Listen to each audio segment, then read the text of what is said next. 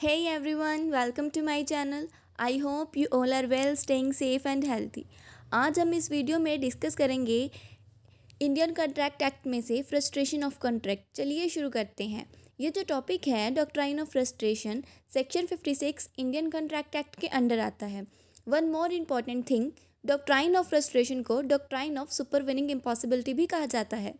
इसको आप नोट कर लीजिए। अगर आपको एग्ज़ाम में डॉक्ट्राइन ऑफ सुपरविनिंग इम्पॉसिबिलिटी पर क्वेश्चन आ जाता है तो गाइज आपने कंफ्यूज नहीं होना है, क्योंकि डॉक्ट्राइन ऑफ फ्रस्ट्रेशन को ही डॉक्ट्राइन ऑफ सुपरविनिंग इम्पॉसिबिलिटी कहा जाता है। Now the question is what is doctrine of frustration. Doctrine of frustration होता क्या है? डॉक्ट्राइन ऑफ फ्रस्ट्रेशन एक ऐसा कॉन्ट्रैक्ट है जो किसी इनिशियल प्रॉब्लम और इंसिडेंट की वजह से कॉन्ट्रैक्ट को पूरा करना इम्पॉसिबल हो जाता है, तो उसे हम डॉक्ट्राइन ऑफ फ्रस्ट्रेशन कहते हैं। Now impossibility is of two types. अब इसमें जो इम्पॉसिबिलिटी है वो दो तरह से हो सकती है। The first one is initial impossibility and the second one is subsequent impossibility. पहले हम बात करते हैं इनिशियल इम्पॉसिबिलिटी की, जो सेक्शन 56 के पैरा 1 में डिफाइन है। क्या होती है इनिशियल इम्पॉसिबिलिटी? कोई ऐसा एग्रीमेंट करना और किसी ऐसी बात को लेकर करना जो अपने आप में ही इम्पॉसिबल है। An agreement to do an act impossible in itself is void. एक एग्रीमेंट जो पॉसिबल ही नहीं है at the time of making the contract is known as initial impossible. अब हम इसे एग्जाम्पल से समझते हैं। A promise to sell his horse to be on 1 December. Unknown to both parties the horse is dead at the time of contract. अब आप बताइए कि ये पॉसिबल है? नहीं, ये पॉसिबल नहीं है, because the horse is dead at the time of contract, और ऐसे एग्रीमेंट्स वॉइड होते हैं। अब हम बात करते हैं सब्सिक्वेंट इम्पॉसिबिलिटी की, जो सेक्शन 56 के पैरा 2 में डिफाइन है।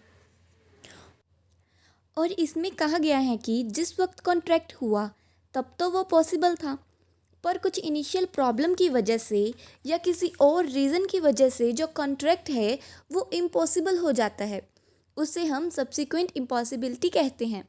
For example, on 10/10/2020 a promise to sell his car to be for ₹1,00,000। अब ए प्रॉमिस करता है बी को कि 10 अक्टूबर को वो अपनी कार बी को सेल करेगा for ₹1,00,000। The car is to delivered on 1/12/2020, but on 27/11/2020 the car gets stolen. अब ए ने जिस डेट का प्रॉमिस किया हुआ था बी से, उससे पहले ही जो कार है वो चोरी हो जाती है। क्या अब ए अपनी कार बी को डिलीवर कर सकता है? No, it is not possible for A to deliver his car to be on the fixed date. The contract becomes void. Next अब हम केस लो करते हैं, टाइलर वर्सेस कॉर्डवेल। ये एक इम्पॉर्टेंट केस लो है सेक्शन 56 का। इसमें क्या हुआ था, ए और बी दो पार्टीज थी, जिसमें ए म्यूज़िक हॉल का ओनर था और बी के कहने पर वो अपना म्यूज़िक हॉल बी को रेंट पे देने के लिए तैयार हो गया कॉन्सर्ट के लिए, and B agreed to pay rent. But जिस डेट को कॉन्सर्ट होना था before the date of performance, उस डेट को म्यूज़िक हॉल में आग लग जाती है, जिसकी वजह से म्यूज़िक हॉल पूरा का पूरा डिस्ट्रॉय हो जाता है। अब ए ने जो अपना प्रॉमिस पूरा नहीं किया, उसकी वजह से बी ने ए के अगेंस्ट सूट फाइल कर दिया ब्रीच ऑफ कॉन्ट्रैक्ट का।